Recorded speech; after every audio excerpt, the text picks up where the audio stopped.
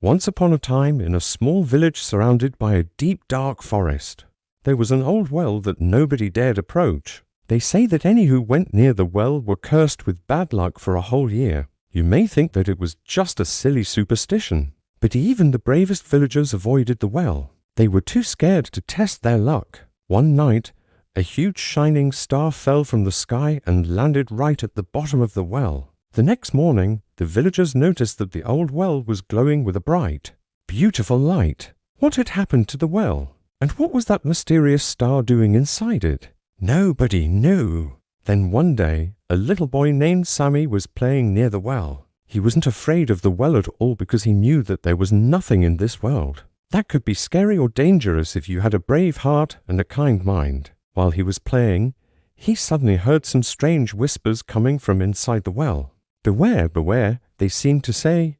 "Danger awaits." Curiosity got the better of him, so he came closer to investigate. As he leaned over the edge, a bright whirlpool of light shot out of the well and pulled him inside. When Sammy opened his eyes, he found himself in a magical world unlike anything he'd ever seen before. Huge colorful mushrooms dotted the landscape, and flowers of every color imaginable grew wild in the fields. Suddenly, an old wizard appeared before him wearing a tall pointed hat.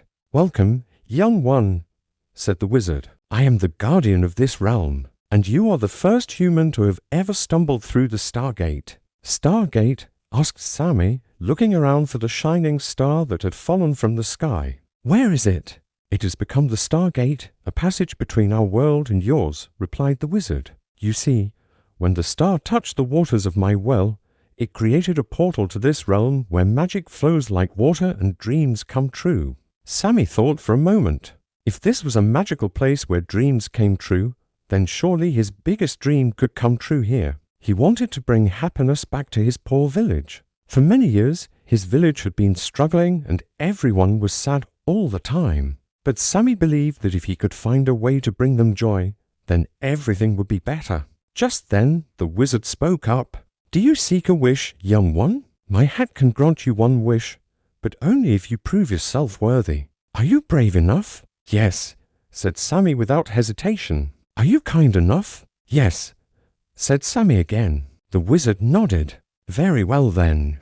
The first part of your quest is to search for the wishing pearl. It is hidden somewhere in this land, and when you find it, you will gain incredible powers to make your wish come true." With that being said, the wizard waved his magic wand, and a swirling vortex of energy appeared in front of Sammy. "This will take you to the forest of whispering trees. The trees there are very wise, and they know all the secrets of this land. Ask them, and they shall tell you where to find the wishing pearl." With a final wave of his wand, the wizard sent Sammy on his way. As soon as Sammy stepped into the forest, he heard the trees begin to whisper among themselves. Sammy greeted them politely and asked them where he could find the wishing pearl. "Oh, you seek the pearl?" they whispered. "It is beyond the Bridge of Sighs, where the river weeps." Sammy thanked them for their help and continued on his way until he came across a small bridge over a babbling brook. But as Sammy approached the bridge, the brook suddenly began to move and twist, and it quickly became clear that the brook was actually a giant serpent slithering along the ground. "Hey, get back here," yelled Sammy. The serpent turned its head and hissed at him. "Why do you disturb me?" Sammy stood his ground. "I need to cross your bridge to continue my quest. Please let me pass." I suppose I could let you pass," said the serpent. "But why should I do that?" "Because," said Sammy, "it's the right thing to do. And besides, I don't want to hurt you." "Hurt me?" sneered the serpent. "How could you possibly hurt me? I am immortal." "Well, you seem to be afraid of something," said Sammy. "Let me guess. Are you afraid of the dark?" The serpent froze. "What do you mean?" Sammy said, "You're afraid of the dark, aren't you? You're afraid of the dark. You're afraid of the dark." The serpent started to shake. "No, I'm not afraid of the dark. I'm not afraid of the dark." But as soon as Sammy turned off his lantern, the serpent panicked and fled into the shadows. Sammy smiled. He knew that the serpent wasn't really immortal after all. He crossed the bridge and continued on his way until he came across a cave hidden behind a waterfall. Sammy felt that this must be the place where the wishing pearl was hidden. He walked into the cave and soon found a beautiful white pearl resting on a pedestal in the center of the room. As soon as Sammy touched the pearl, it glowed with a bright light and whispered in his ear, "You have found me, Sammy. Now I am yours to command." Sammy bowed to the wishing pearl. "Thank you for your service. I am honored to have you in my possession." Suddenly, Sammy heard a loud roar and turned to see a huge dragon blocking the exit of the cave. "Who have we here?" boomed the dragon. "A tiny human. How did you get into my cave?" "I'm sorry," said Sammy, "but I was looking for the wishing pearl and it was in your cave." "So I took it?" "Took it?" roared the dragon. "You dare steal from me? You will pay for that." And with that, the dragon breathed a huge plume of smoke at Sammy. Sammy quickly hid behind a rock, but the smoke was so thick that he couldn't see a thing. "What do you want?" he cried out. "Give me back the wishing pearl, and I will consider letting you live." Sammy thought for a moment. If he gave the dragon the pearl, then the dragon would leave and he could escape. But what good would that do? He had come here to make his wish, and without the wishing pearl, he would never be able to do that. Then he had an idea. He reached into his pocket and pulled out a small piece of bread that he had saved from his lunch. "Here," he said to the dragon, "have some bread. I'm sure you're hungry."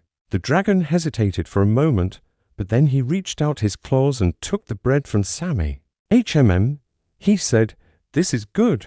You humans sure know how to cook." Sammy took this opportunity to run past the dragon and out of the cave. The dragon didn't even notice that Sammy had escaped. He was too busy eating his bread. At that moment, Sammy knew that he had made the right choice. He had proven that he was worthy of the wishing pearl's power. Sammy returned to the wizard with the pearl in hand and told him about his adventure.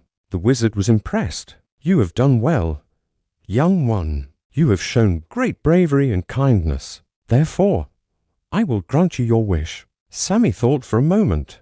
"I wish for my village to be filled with joy and happiness. I want everyone to forget their troubles and just enjoy life." The wizard waved his magic wand and poof, Sammy's wish was granted. When Sammy returned to his village, he saw that everything was different. Everyone was smiling and laughing, and the village looked like a place where people were happy to live. Sammy had brought happiness back to his village, and all because he had a brave heart and a kind mind. From that day on, Sammy was known throughout the land as the hero who had saved his village. And as for the wishing pearl, it remained with Sammy forever, reminding him of his great adventure. The moral of the story is that if you have a brave heart and a kind mind, you can do anything.